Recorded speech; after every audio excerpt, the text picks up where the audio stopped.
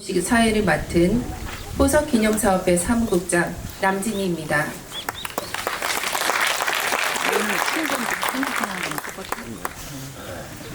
먼저 이번 추모식부터 기존에 함께했던 문학제와 추모식을 처음으로 분리해 진행하게 되었다는 말씀을 드립니다. 이 방향이 포석 조명희 선생의 삶과 문학적 위협의 의미를 더 풍성하고 알차게 다지는 일이라고 판단했기 때문입니다. 참고로 문학제는 어제 문학관 세미나실에서 개최되었습니다. 내년에는 포석 숭모 사업의 일환으로 시행되고 있는 4가지 사업인 포석 조명희 문학제 기념, 생거진천 전국일장, 전국 신앙송 경연대회, 포석 조명희 문학제 추모식, 포석 조명희 학술 심포지엄이 문학제를 중심으로 3일 동안 개최될 예정입니다. 앞으로 진천에서는 계절의 여왕인 5월이 포석의 문학의 향기로 가득 차 더욱 특별한 한 달이 될 것 같습니다. 지역민과 포석 문학을 사랑하는 전국의 많은 문학 애호인들이 우리 지역을 찾을 것으로 생각합니다. 그럼 지금부터 33회 포석 조명희 선생 추모식을 시작하겠습니다. 먼저 국민의례가 있겠습니다. 모두 자리에서 일어나 단상에 있는 국기를 향해 주시기 바랍니다. 국기에 대한 경례. 바로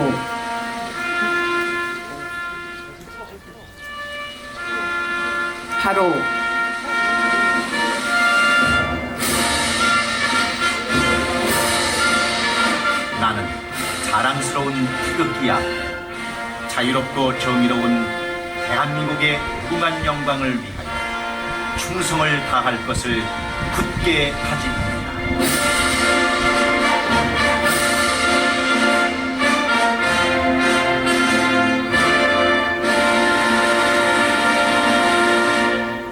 바로. 이어서 애국가 제창이 있겠습니다. 애국가는 1절만 부르겠습니다.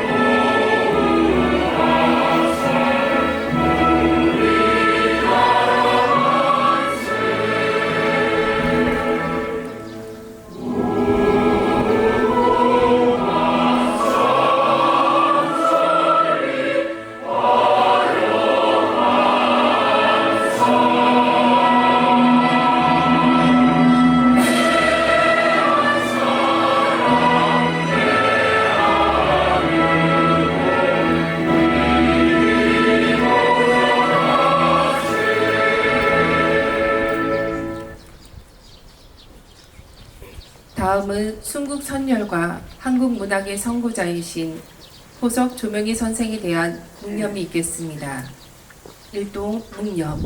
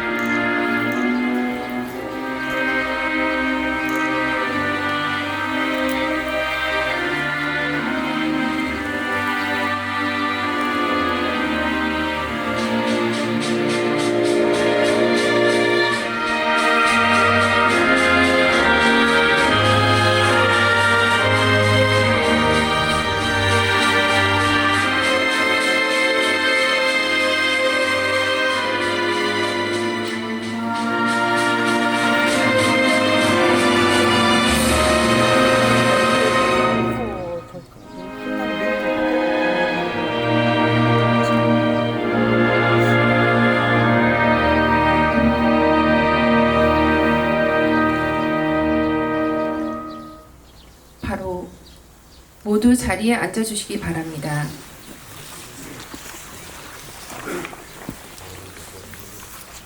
다음은 포석 조명희 선생의 상과 문학의 길을 담은 영상을 관람하시겠습니다. 한 사람의 글이 시대를 뒤흔들 수 있을까? 어둠 속에서도 진실을 말했던 조선의 펜 하나. 20세기 초 세계적인 작가였고 문학을 통해 사람을 위한 세상을 꿈꿨던 혁명가였으며 민중의 벗이었던 이름 포석 조명희.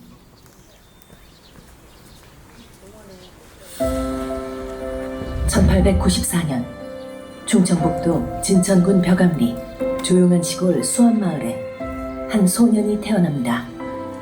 이름은 조명희. 뒤에 포석이라는 호를 쓰게 되는데 돌을 가슴에 품는다는 뜻을 가집니다.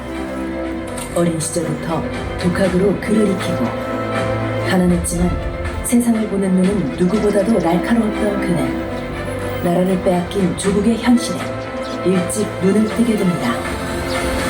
북경사관학교 입학을 위한 출근과 3.1운동 때 투옥과 일본 유학은 모두 조국의 이 같은 현실을 극복하기 위해 선택한 행동이었습니다.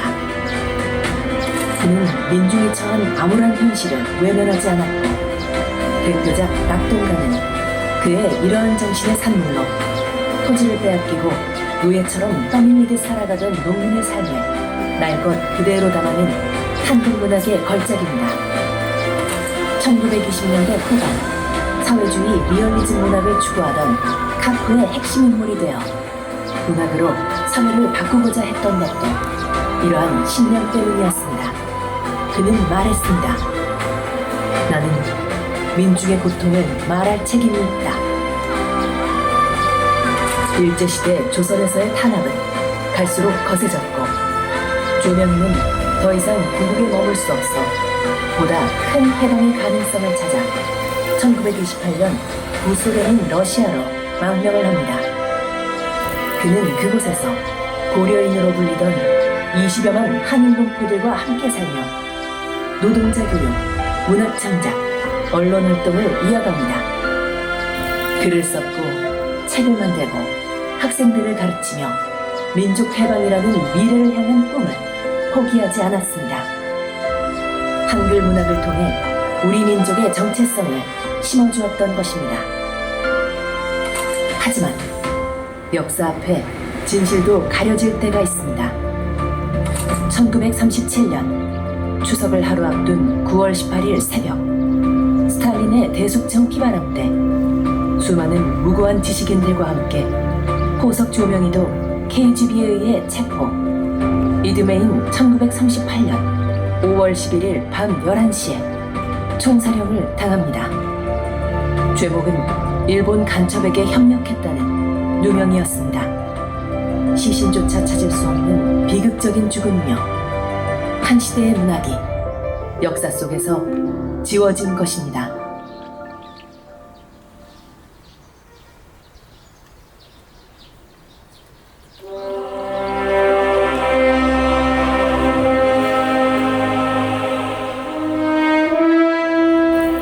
하지만 진실은 사라지지 않았습니다. 1956년 소련 당국은 자신들이 저지른 만행을 인정, 조명희는 공식적으로 복권되어 그 이름은 다시 역사 속에 기록됩니다. 이후 1988년 한국에서도 선생의 작품이 해금되어 그동안 왜곡과 은폐로 얼룩진 그의 파란만장한 선구자의 삶과 문학의 진실이 올바로 정립되고 재평가되는 계기가 마련됩니다. 선생은 일제강점기 만주와 더불어 우리나라 독립운동의 양대 산맥인 연해주에서 10년 동안 20만 고려인, 즉 한인들에게 한글 문학을 통해 민족의 정체성과 국권 회복의 의지를 고취시켰으며 이러한 고귀한 정신은 지금까지도 살아 우리 국민과 고려인 3, 4세들의 정신 속에 면면이 이어져 오고 있습니다. 또한 선생은 연해주 59인의 독립영웅의 선정, 안중근 의사와 홍범도 장군 등과 어깨를 나란히 하며 존경을 받고 있습니다. 참고로 59인의 영웅 속에는 고제 이상설 선생도 함께 포함되어 있어 우리 지역인 생거진천의 큰 자랑이 아닐 수 없습니다. 정부는 선생이 문화로 독립운동을 한 큰 업적을 기려 2019년 3.1운동 100주년 기념식에서 선생에게 건국훈장 애국장을 추서했습니다. 선생의 위대한 문학정신을 기리기 위해 2015년 5월 14일 선생이 태어나신 이곳 벼감리 수원마을 뒷동산에 호석 조명희 문학관이 역사적인 개관을 하여 올해 10주년이 되는 뜻깊은 해를 맞이했습니다. 이곳 뒷동산은 선생이 어린 시절 뛰어놀던 놀이동산이고 청년 시절에는 생각에 잠기며 산책을 하거나 언덕에 앉아 신문연재 소설을 읽으며 문학가의 꿈을 키웠던 장소입니다.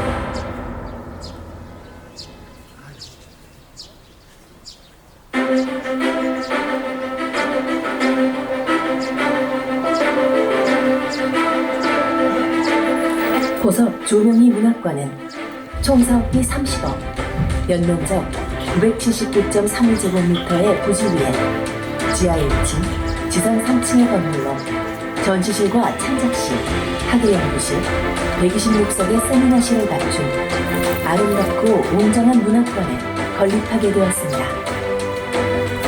문학관을 개관하던 날, 모스크바에서 사시는 선생의 유족인 차남 조 블라디미르와 손자 조 파벨, 그리고 종소는 동행일보 조철호 회장과 유영훈 진천군수 등 많은 내외 귀빈들이 참석하여 자리를 빛내주었습니다. 호석 조명희 문학관은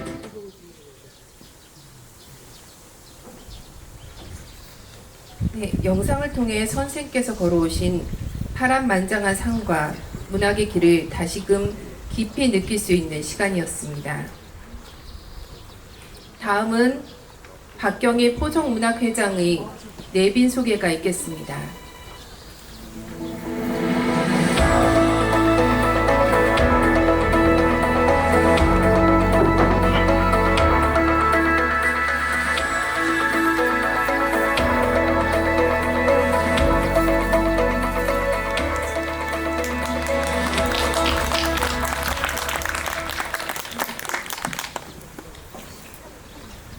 한국 민중문학의 선구자이며 항일 독립운동가이신 호석 조명희 선생을 기리는 추모식에 함께하고 계시는 여러분, 고맙습니다. 이 자리에 오신 여러분들은 오늘 가장 귀한 내빈들이십니다. 잠시 참석하신 분들을 소개하겠습니다.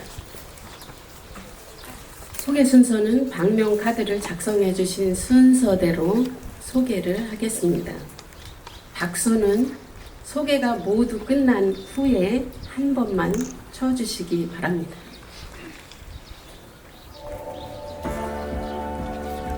안치영 충북도의회 의원님 참석하셨습니다. 김사명 진천교육장님 참석하셨습니다. 임상은 진천문인협회장님 참석하셨습니다. 유영선 딘목문학회 회장 동화작가님 참석하셨습니다. 박양규 민주당 충북도당 부위원장님 참석하셨습니다. 장주식 진천문화원장님 참석하셨습니다. 전도성 진천군수대행님 참석하셨습니다. 김영만 진천군 사후보전회장 참석하셨습니다. 류윤걸 광복회 충북지부장님 참석하셨습니다. 나순호 호석문학회 직전회장님 참석하셨습니다. 송영관 대한노인회 진천 지회장님 참석하셨습니다. 박충서 진천문화재단 이사장님 참석하셨습니다. 나기왕 빈몽문학회 이사님 참석하셨습니다. 시인이십니다. 오장환 광복회 진천지회 분회장님 참석하셨습니다. 대한성공회 진천성당 구본균 사무엘 신부님 참석하셨습니다. 감사합니다. 광복회 청주 진천연합지회 김진호 지회장님 참석하셨습니다. 김성우 진천군 의원님 참석하셨습니다. 이정희 광복회 춘천북도지부 사무국장님 참석하셨습니다. 윤대준 동양일보 총무부 주임 참석하셨습니다. 이화선 동양일보 문화기획단 팀장님 참석하셨습니다. 박민순 동양일보 전무이사님 참석하셨습니다. 노영님 충북 시조시인 협회장님 참석하셨습니다. 고은주 작가님 참석하셨습니다. 조춘식 양주조시 충청지부 총무님 참석하셨습니다. 조중선 양주조시 대종회 회장님 참석하셨습니다.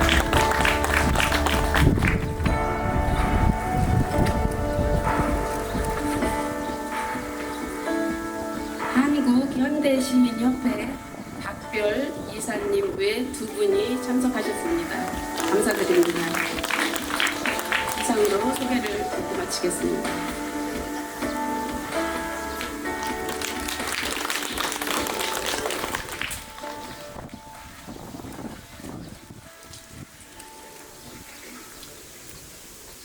네, 다음은 종손이신 조철호 동양일보 회장의 유족설을 읽겠습니다.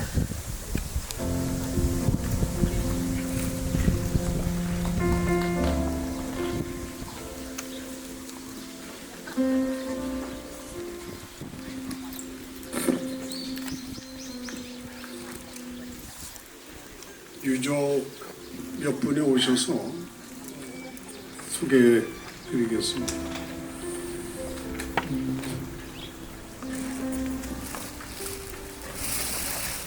포석 선생의 애손자인 김안드레이오가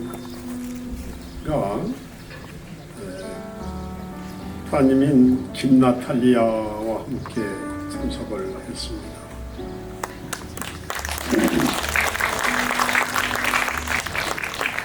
김안드레이는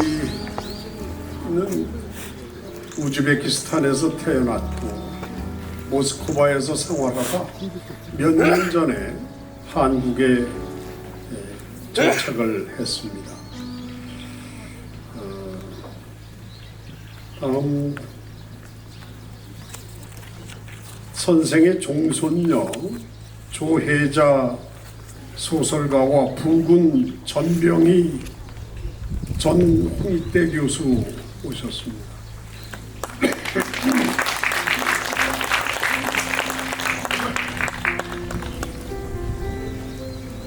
신명철 씨 왔나요? 애종손인 신명철 킹스판넬 대표인데 인사하십니다. 북한에서 대학을 나오고 탈북을 해서 러시아를 거쳐서 한국에 와서 생활을 하고 있습니다. 그리고 조광호 청주 뒷목문화사 회장입니다.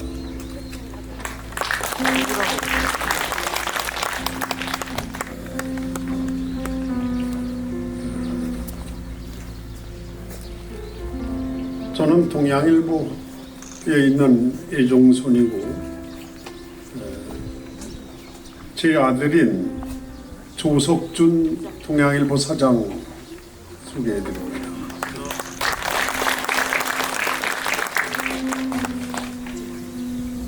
이상 못 빠진 분 없죠?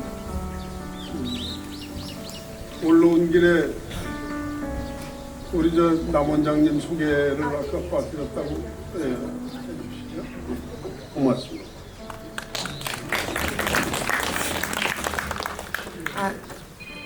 내외 기빈 중에 소개가 빠지신 분이 계셔서 다시 한번 소개드리겠습니다. 안진형 남부보훈지청장님 참석하셨습니다. 손잔나 전 모스크바 고등경제대학교 교수님 참석하셨습니다. 남명수 정교 회장님 참석하셨습니다. 김기복 의장님 참석하셨습니다. 군의원님 참석하셨습니다.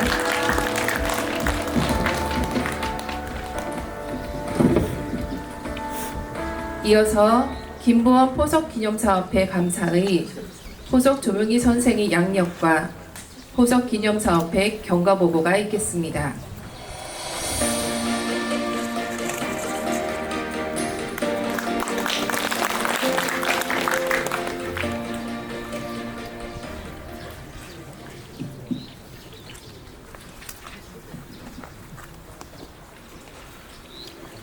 포석 조명희 선생의 양력 및 문학 선양 경과 보고를 해드리겠습니다.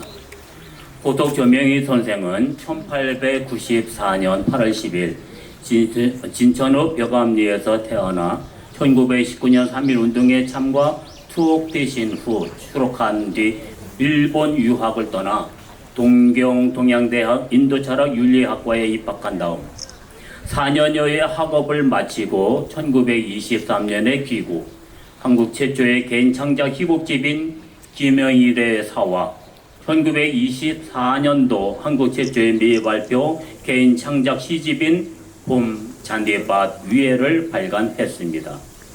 그리고 1927년에는 한국 근대문학의 기념적인 작품인 소설 낙동강을 발표하면서 민족문학의 선구자로 활동하시다가 1928년 8월 21일 일제의 탄압을 피해 러시아 연해주로 망명을 하셨습니다. 이후 10년 동안 고려인들의 삶과 문학을 이끄는 존경받는 지도자와 한민족 디아스포라 문학의 선구자로 활동하시다가 스탈린의 소수민족 탄압 정책에 의해 일본 스파이에게 협력했다는 누명을 쓰고 1937년 9월 18일 체포당한 뒤 1938년 5월 11일 억울하게 돌아가셨습니다. 1956년 7월 20일 소련 극동군 관구 군법회의는 1938년 4월 15일 내린 판결을 파기 무혐의 처리함으로써 선생은 복권이 되셨습니다. 2019년 3월 1일 대한민국 정부는 3.1운동 100주년을 맞아 선생에게 건국훈장 애국장을 추서했습니다. 선생이 돌아가신 후 국내외에서 펼쳐진 문학선양 사업을 간단히 보고해 드리겠습니다. 1959년 조명희 선집이 조명희 문학유산위원회 주관으로 소련과학원 동방도서출판사에서 출간되었고 1988년 우즈베 타슈켄트의 알리세르나웨이 문학박물관에 조명희 기념실이 설치되었습니다. 1994년 9월 10일 선생님의 탄생 100주년을 맞아 포석 조명희 문학제가 진천과 우즈베키스탄 타슈켄트에서 열렸으며 진천에서는 오늘까지 30년째 매년 문학제를 열고 있습니다. 이어 중국 연변에서도 연변 포석회가 만들어져 2002년부터 현재까지 20년째 포석 조명희 문학제를 열고 있습니다. 1994년에는 선생이 태어난 곳에 표지비가 진천읍 벽암리에 세워졌고 같은 해 동양일보 출판국에서 포석 조명이 전집을 발간했습니다. 2003년 포석 조명이 문학재 기념 1회 전국 시인낭송 경연대회가 동양일보 주최로 시작된 뒤 2023년 현재까지 계속돼 진천이 시인낭송 메카로 전국에 알려지고 있습니다. 2003년 10월 포석문학공원의 포석문학비 경희가 정창훈 조각가의 작품으로 제작되었고 포석의 길 명명식이 열렸으며 2006년 8월엔 러시아 블라디보스톡 동대학에 조명희 문학비가 건립되었습니다. 2012년부터 뒷목문학회가 주관했던 조명희 100일장은 생거진천 조명희 전국 100일장으로 확장해 진천문예협회가 주관해 오다 2026년 올해부터 포석문학회가 주관해 시행하고 있습니다. 2012년 동해일보 주관으로 1회 포석조명희 학술 심포지엄이 시작된 후 2026년까지 현재까지 11회를 맡고 있습니다. 2014년 4월 14일 포석조명희 문학관 건립 기공식을 가진 데 이어 9월엔 9명의 조명희 문학의 궤적을 따라 러시아 답사를 다녀왔으며 2015년 5월 14일 지금 이 행사가 열리고 있는 장소에 포석조명희 문학관이 들어서게 되어 개관식과 함께 선생의 동상 제막식이 있었습니다. 포석문학회는 2017년 2월에 이상범 시지호 시인이 초대 회장을 역임한 뒤 2대 3대 나선욱 회장이 취임하여 2025년까지 역임하며 포석문학회를 이끌었고 2026년 2월 현 박경희 회장이 4대 회장에 취임하여 추무제에 맞추어 포석문학 10호를 발간하였습니다. 2020년 7월 15일 포석기념사업회와 동양일보가 포석조명희 전집 개정 증복판을 발간했고 포석기념사업회 주관으로 진천 한울 컨벤션 센터에서 출간 기념회를 가졌습니다. 2021년 10월 13일 포석조명희 문학관 앞 공원에 포석공원 표지석 제막식이 있었습니다. 2022년 12월 15일 포석공원의 시비 경희와 동시 샘물 2점이 세워져 제막식을 가졌습니다. 2023년 5월 10일 문학관 포석광장 잔디밭에 포석조명희 행적도가 세워졌습니다. 2023년 8월 15일 국가보훈부와 LGU+가 협약하여 선정한 광복절 기념 주제 문화로 독립을 외치다의 사인 중 포석이 선정, 그의 삶과 문학이 미디아트로 제작돼 온 오프라인에서 한 달 동안 전시 송출됐습니다. 24년 12월 18일 포석공원에 872자가 새겨진 포석 행장비문이 건립됐습니다. 2025년 5월 10일 포석조명희 문학관 개관 10주년 행사가 문학제와 함께 개최됐습니다.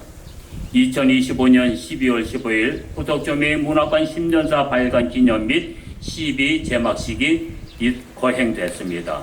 10년사 발간은 우리나라 100여 개 공사리 문학 중 최초입니다. 나의 고향이 시비는 포석공원 정상 부근에 세움으로써 시민들의 접근성과 상징성을 높였다고 할 수 있습니다. 이상 포석조명희 선생의 양령 및 문학 선양 경과 보고를 말씀드렸습니다. 감사합니다.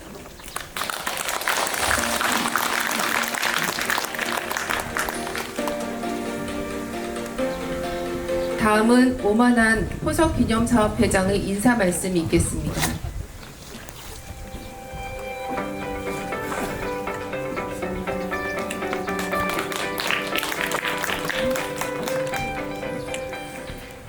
실록의 5월 하늘을 우러러보며 포석 조명희 선생의 일생을 가슴에 담아 깊은 추모의 마음을 가집니다.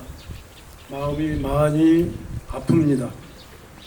33번째 맞이하는 포석문학제 추도식에 참석해 주신 내외 귀빈 여러분 대단히 고맙습니다. 포석 선생은 1894년 8월 10일 이곳 진천읍 벽암리 수암마을에서 태어나셨습니다. 한국 민중문학과 디아스포라 문학의 선구자로서 일제강점기 식민지 지식인으로서 치열한 삶을 살다가 억울한 누명을 쓰시고 1938년 5월 11일 밤 11시 만 44세의 청춘에 총살을 당하셨습니다. 참으로 억울한 죽음이었습니다. 가시밭길의 삶을 사셨습니다. 저 뒤에 있는 동상의 맨발은 그 가시밭길을 형상화하고 있습니다. 소련 극동광구 군법회의는 후학들의 노력과 실증으로 복권되셨습니다. 누명을 벗으시고 떳떳하게 복권이 되셨습니다. 이제 한국문학사에서 포석 조명희 선생을 빼고는 문학에서 시, 소설, 희곡을 논할 수는 없습니다. 그만큼 훌륭한 위치에 우뚝 서셨습니다. 그러나 너무도 오랫동안 잘못 알려진 실종 작가였기에 우리들의 추모 현창 사업은 매우 어렵고 할 일은 아직 너무도 많습니다. 이를테면 포석 선생을 기리는 포석 문학상이나 청소년 문학상 제정이라든지 포석 선생의 일생을 소재로 한 국민영화 시나리오 공모라든지 이런 것들은 우리가 앞으로 해야 될 숙제입니다. 해방 후에 미 군정 시기에 발간되었던 국정교과서에 포석 선생의 병이라는 시가 널리 실려서 쓰여지다가 사라졌습니다. 실종 작가가 되었습니다. 그 조카 조백원 선생님의 바다와 여인도 교과서에 실렸습니다. 남북 분단의 가장 큰 희생자가 바로 포석 조명희 선생님이십니다. 저는 지금부터 13년 전에 하북성에서 평론가 최삼영 선생을 만났습니다. 최삼영 선생은 고등학교 3학년 때 염전 조선자치주에서 고등학교 3학년 때 문학교과서에서 낙동강을 읽고 감동을 받았다고 합니다. 평생에 한 번 포석이 태어나신 진천을 방문했으면 소원이 없다고 하셨습니다. 그런데 다녀가시고 지금 염전 문학제에서 포석 선생의 위대한 삶과 고향을 이야기하고 계십니다. 포석 선생이 남기신 치열한 삶과 문학 정신은 시대와 국경을 초월하여 큰 감동을 주고 있습니다. 함께 해주신 여러분 대단히 고맙습니다.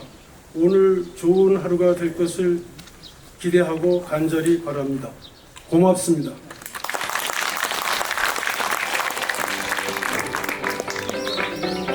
다음은 모두가 행복한 으뜸 도시 생거 진천을 건설하기 위해 헌신하시는 진천군수 권한대행인 전도선 진천 부군수님의 추모사가 있겠습니다.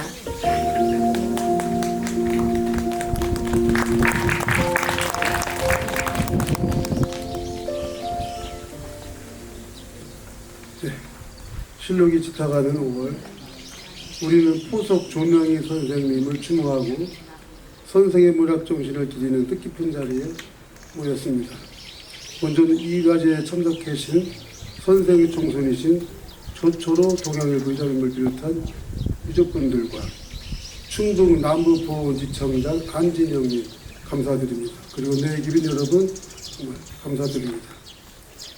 올해 공식적으로 시작된 추모식이 33회를 맞습니다만 사실은 선생님이 만 88주년 기일의 해이기도 합니다. 일제강점기 그 척박한 땅에서 한국문학의 토대를 닦은 선구자이며 문화로 독립운동을 한 애국지사인 선생의 위협은 해가 갈수록 그 의미를 더해가고 있습니다. 요즘 맹위를 떨치고 있는 K컬처의 원조가 바로 포석 조명의 선생님이기 때문입니다. 당시 대부분의 작가들이 조선이라는 반도문학에 안주할 때 선생께서는 후련히 아무도 가지 않았던 땅 대륙으로 망명 우리 문학의 지평을 확장해 주셨습니다. 그 시절이 우리 민족에게 가장 가혹했던 시련진 일제강점기였다는 점에서 선생님의 걸어간 삶과 문학의 길의 위대함을 새삼 확인할 수 있습니다. 선생님의 이러한 희생과 헌신으로 우리 문학과 문화는 당시 조선이라는 좁은 울타리를 벗어나보다 넓은 시야와 안목으로 세상과 만날 수 있는 토대가 되었습니다. 이처럼 선생님이 걸어간 도저한 삶의 발자취가 새로운 이정표가 되어 후대의 길잡이가 되고 과거보다 현재보다는 미래에 더 맑은 전망과 가치로 빛날 것입니다. 바라건대 선생님의 삶과 문학 정신이 각박한 현실을 사는 우리에게 지혜와 위로 용기를 주며 일상에서 더 가까이 향이 될 수 있기를 바랍니다. 끝으로 귀한 시간을 내어 참석해 주신 내 기린과 진천 국민들께 다시 한번 감사를 드립니다. 모쪼록 이 좋은 계절 늘 건강에 유의하시고 이 5월의 싱그러운 꽃과 녹음처럼 행복한 삶이 충만하기를 기원합니다. 감사드립니다.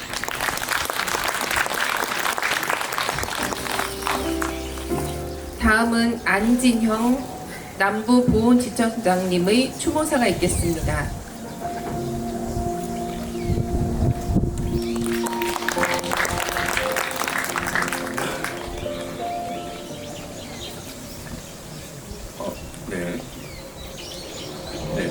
안진형 충북남부보훈지청장입니다. 오늘 날씨 좋은 5월의 날에 보석 조명희 문학가이자 특히 대한민국 독립유공자이신 조명희 선생의 추모식에 참가하게 된 것을 굉장히 영광으로 생각합니다. 또한 이 행사를 준비해 주신 기념사업회 임원진 여러분과 또 감사드리고 또 후손분들과 또 참석해 주신 분들께도 감사드립니다. 선생님의 업적에 대해서는 이미 앞서 많은 분들이 설명을 많이 하신 걸로 알고 있습니다. 그런 부분들은 생략하고요. 다음 장에 잘 안 넘어가네요. 선생의 그 격동의 시대에 희생된 그러한 업적과 삶이 충분히 조명받지 못하다가 이후 조명이 되면서 저희 정부에서도 2019년에 조명희 선생님께 건국훈장, 애국장을 수여한 바 있습니다. 이는 선생의 삶과 정신이 우리 역사 속에서 다시 자리매김하게 된 뜻깊은 결과라고 생각합니다. 국가보훈부에서는 독립유공자 분들의 이러한 정신이 오늘 살고 있는 우리들의 정신적 뿌리가 되고 또 영원토록 계승될 수 있도록 최선을 다해 나가도록 하겠습니다. 오늘 추모제가 선생의 숭고한 뜻을 다시 한번 마음에 새기는 뜻깊은 자리가 되길 바랍니다. 감사합니다. 다음은 장주식 진천문화원장님의 추모사가 있겠습니다.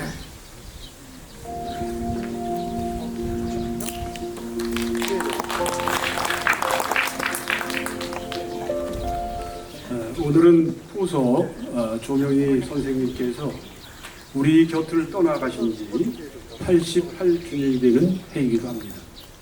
우리는 민족의 독립과 문학 발전을 위해 자신의 모든 것을 바치신 포석 조명희 선생님을 추모하기 위해 이 자리에 모였습니다. 포석 조명희 선생님께서는 1894년 8월 10일 진천읍 벽암리 수암마을에서 태어나시어 일제강점기 시대 속에서도 굴하지 않는 의지로 민족의 혼을 일깨우셨습니다. 억압받는 민중의 삶을 문학으로 승화시켜 우리 민족의 정신을 지켜내셨습니다. 또한 행동으로 실천하는 독립운동가로서 조국의 독립을 위해 헌신하셨습니다.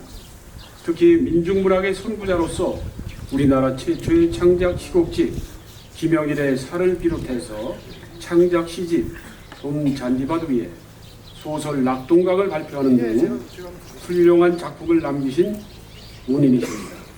또한 포석 선생님은 한국의 현대 시곡 시, 소설 등 어느 분야에서도 소홀히 할 수 없는 문학가입니다. 우리는 지금 선생님의 뜻을 다시금 되새겨야 합니다. 정의와 진실을 향한 용기, 그리고 나라와 민족을 먼저 생각했던 그 숭고한 정신을 이어받아야 할 것입니다. 존경하는 포석 조명희 선생님, 선생님께서 바라셨던 자주적이고 정의로운 나라가 이 땅에 굳건히 자리 잡을 수 있도록 모두가 그 뜻을 이어가도록 하겠습니다. 부디 영렬하시어 평안하시기를 기원드립니다. 감사합니다.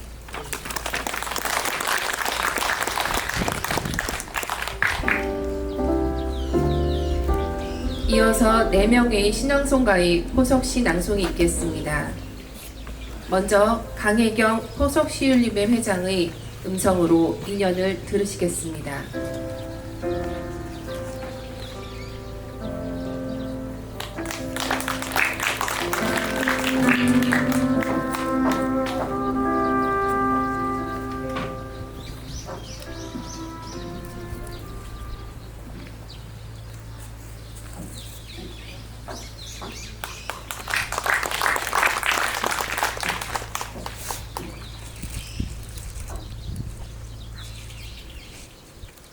인연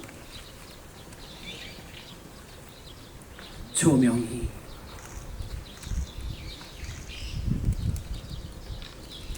만년을 봄이와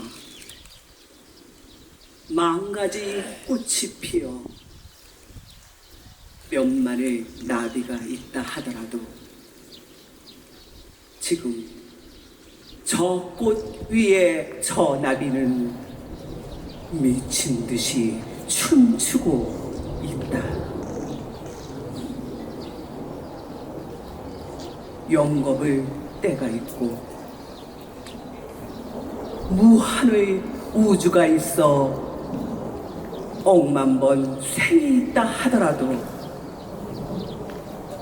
지금 나는 이곳에 서서 맑은 바람 팔벌리어 맞으며 핀 꽃송이 떨며 입 맞추고 있다. 시와 초와 생의 폼 그 무도 인연을 결주 바람은 종소리 고개 숙이며 십자가 휘장의 황홀은 하나 이 홍, 이 무도 나는 어이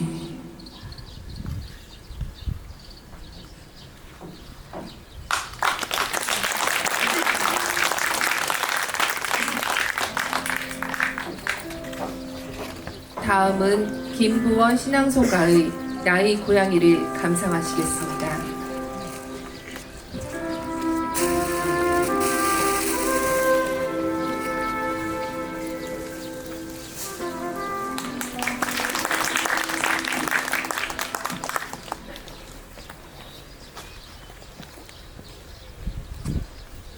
나의 고향이 조명희 나의 고향이 저기 저 흰 구름 너머이면 새의 날에 빌려 가련만 누른 땅 위에 무거운 달이 움직이며 창공을 바라보아 휘파람 불다. 나의 고향이 저기 저 높은 산 너머이면 길고 긴 꿈길을 쫓아 가련만 생의 엉킨 줄 얽매여 발 구르며 부르짖다. 고적한 사람아, 시인 불투명한 생의 육의 화염에 들레는 저작거리에 등지고 돌아서 고목의 옛 동굴 디디고 서서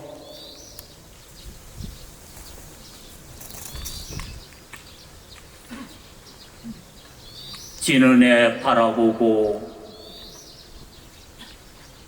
옛 이야기 새 생각에 울다. 고적한 사람아, 시 하늘끝 회색 구름의 나라, 이름도 모르는 새 나라 찾으려 멀고 먼 창공의 길 저문 바라네.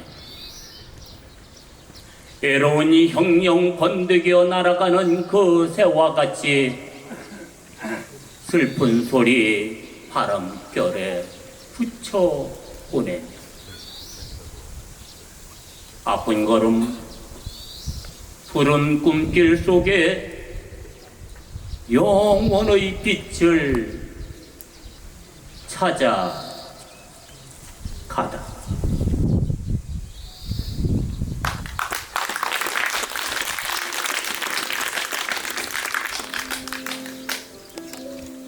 네, 다음은 배희정 시낭송가의 낭송으로 누구를 찾아를 감상하시겠습니다.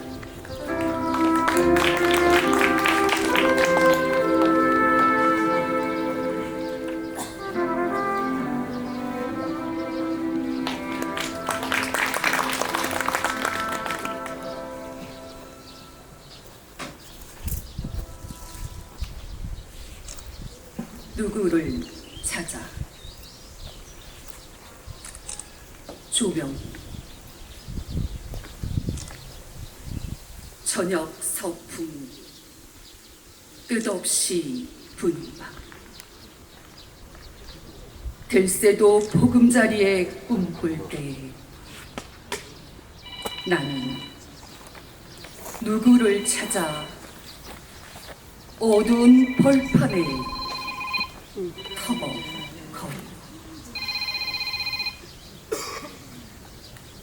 그 욕되고도 쓰린 사랑의 미강을 찾으려고 너를 만나려고 그 험하고도 험한 길을 훌훌히 달려 지쳐왔다.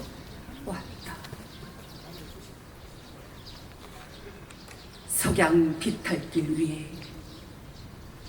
피 뭉친 가슴 안고 쓰러져 인생 고독의 비가를 부르짖었으며 약한 불때에도 기대려는 피곤한 양의 모양으로 깨어진 빗돌 의지하여 상한 발 만지며 울기도 하였습니다. 구차히 사랑을 얻으려고 너를 만나려고 저녁 서풍 끝없이 불어오고 배짱이 우는 밤. 나는 누구를 찾아 어두운 벌판에 헤매있노.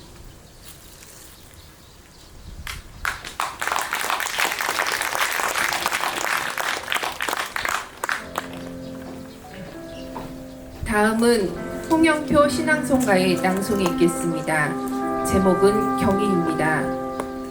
참고로 홍영표 낭송가는 지난 4월 개최된 24회 전국 신앙송 경연대회에서 대상을 수상한 바 있습니다.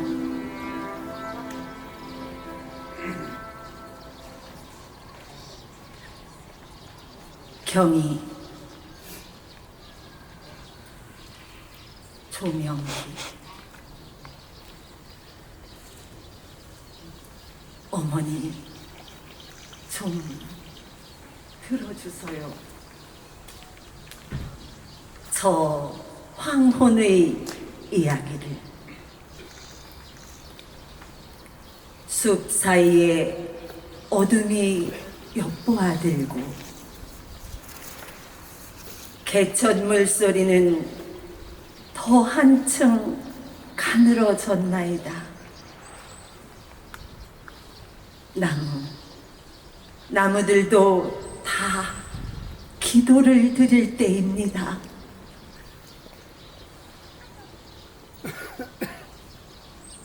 어머니, 좀 들어주세요. 손잡고 귀 기울여 주세요. 저 담 아래 밤나무에 아람 떨어지는 소리가 들립니다. 뚝 하고 땅으로 떨어집니다. 우주가 새 아들 낳았다고 기별합니다. 등불을 켜가지고 오세요. 새 손님 맞으러 공손히 걸어 가십시다.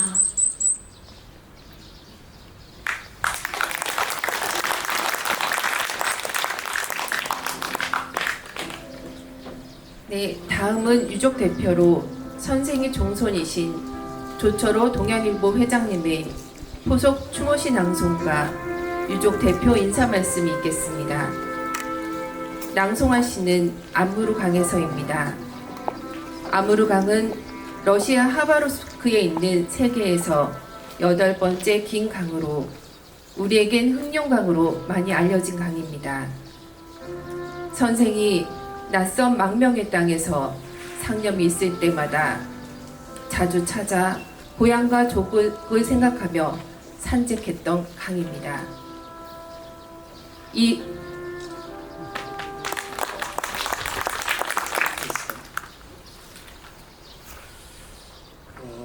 오늘 비가 온다고 해서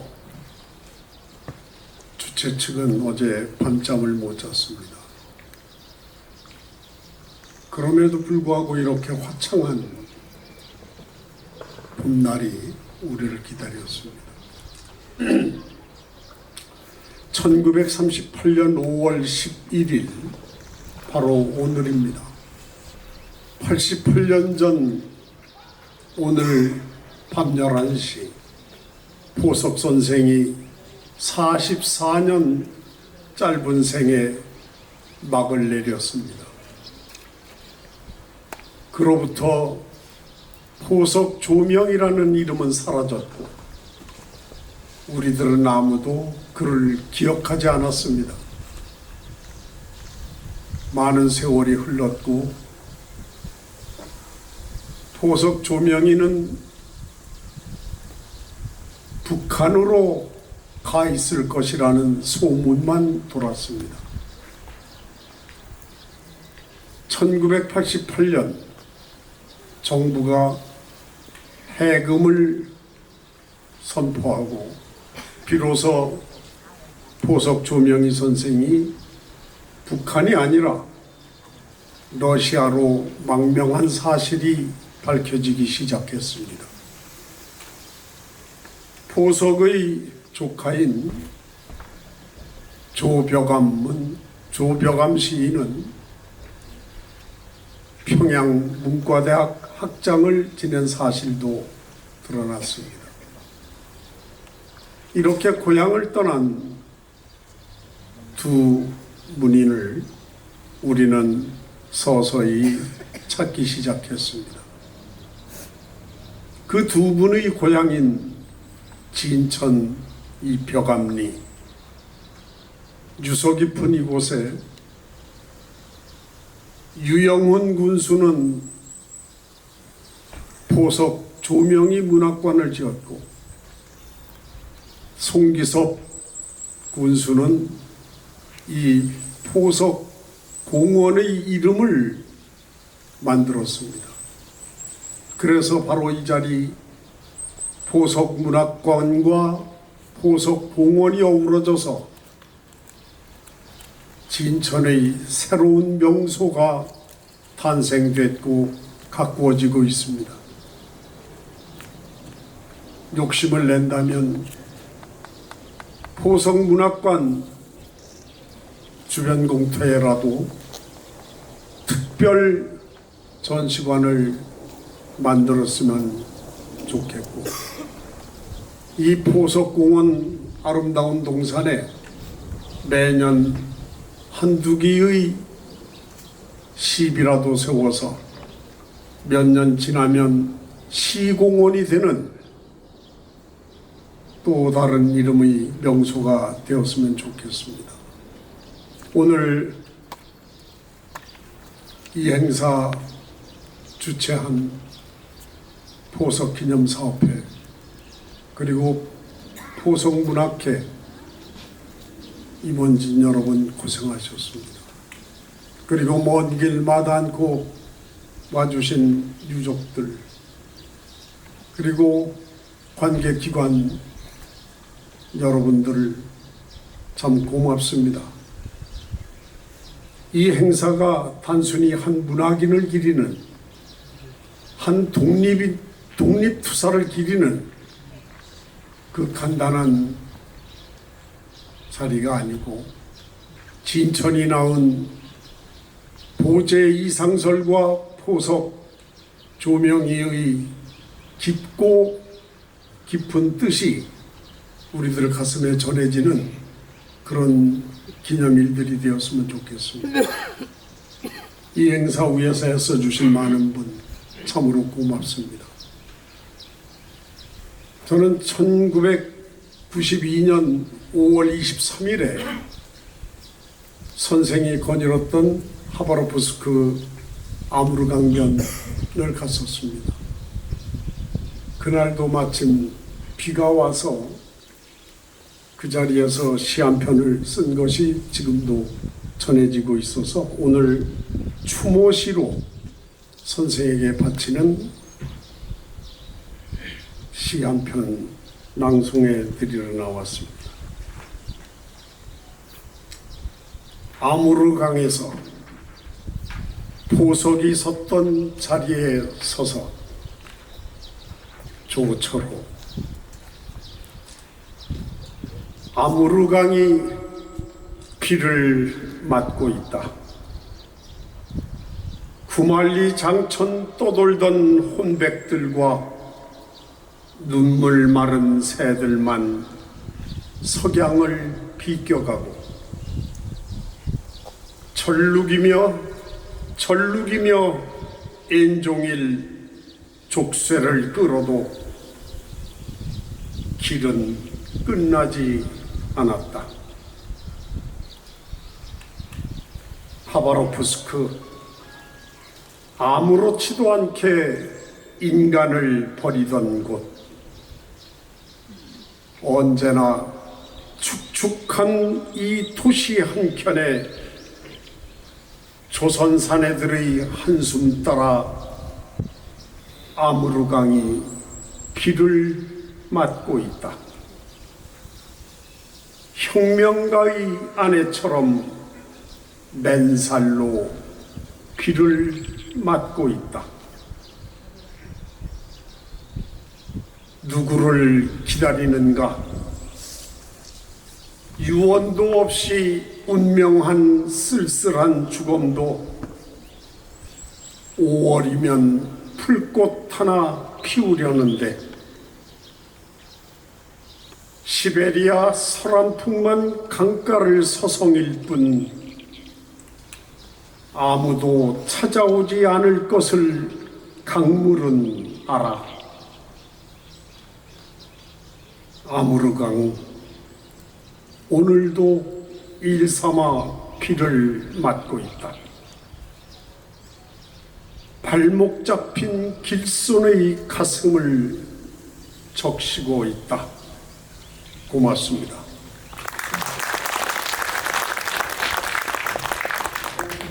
네, 혈족인 당신께서 현지에서 느꼈던 회한과 슬픔이 우리에게 오롯이 전달된 감동의 시였습니다. 끝으로 추모곡 순서가 있겠습니다. 조명희 시 정태준 작곡의 달조차와 조철호 시 정태준 작곡의 청보리밭을 박경화 테너와 박상미 피아니스트의 연주로 함께 하시겠습니다.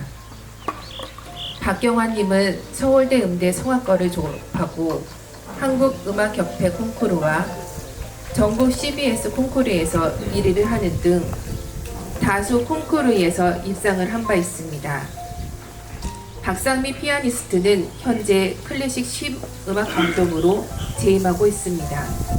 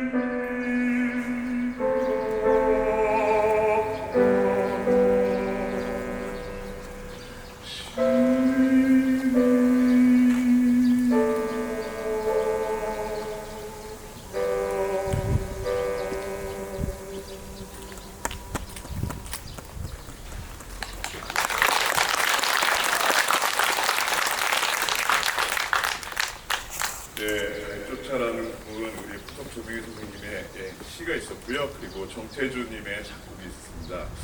그리고 제가 이번에 들려드릴 두 번째 곡은 청보리밭이라는 곡인데요.